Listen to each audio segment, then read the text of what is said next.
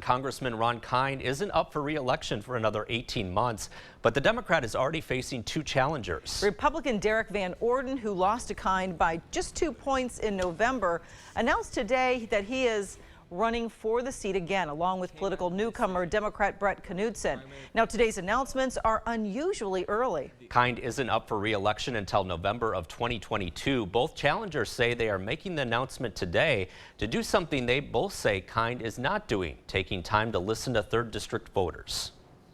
It gives us more time to really sit down in front of people. I'll have a cup of coffee with anybody and talk to them and explain to them why our vision for the United States of America is better than theirs. I want to make my name known, and I want to be able to inform constituents. I want to be able to talk with them, be able to have conversations, and if they don't believe in any of my policies, I can have that open conversation with them.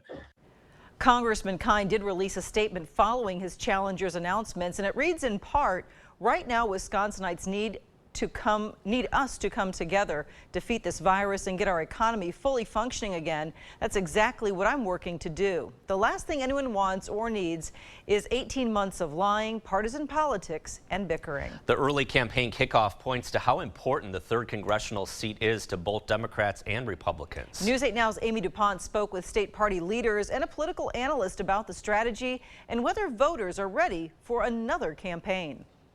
Washington, D.C. is a disaster. Whether Wisconsin voters are ready or not, the election campaign cycle for 2022 is underway. Yeah, very unusual. This is early. Still, political analyst Joe Heim says he's really not surprised. Democratic Congressman Ron Kind edged out Republican challenger Derek Van Orden by just 2 points.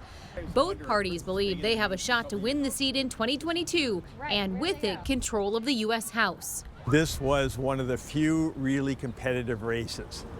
And that in a sense means for the next 2 years, national Republicans and national Democrats are going to be focusing their time and attention on this campaign. Heim says there are some advantages to a long campaign. The candidates will have more time to organize and raise money. I will bet you they will break records in terms of campaign spending in the state of Wisconsin. But Heim says there are also risks.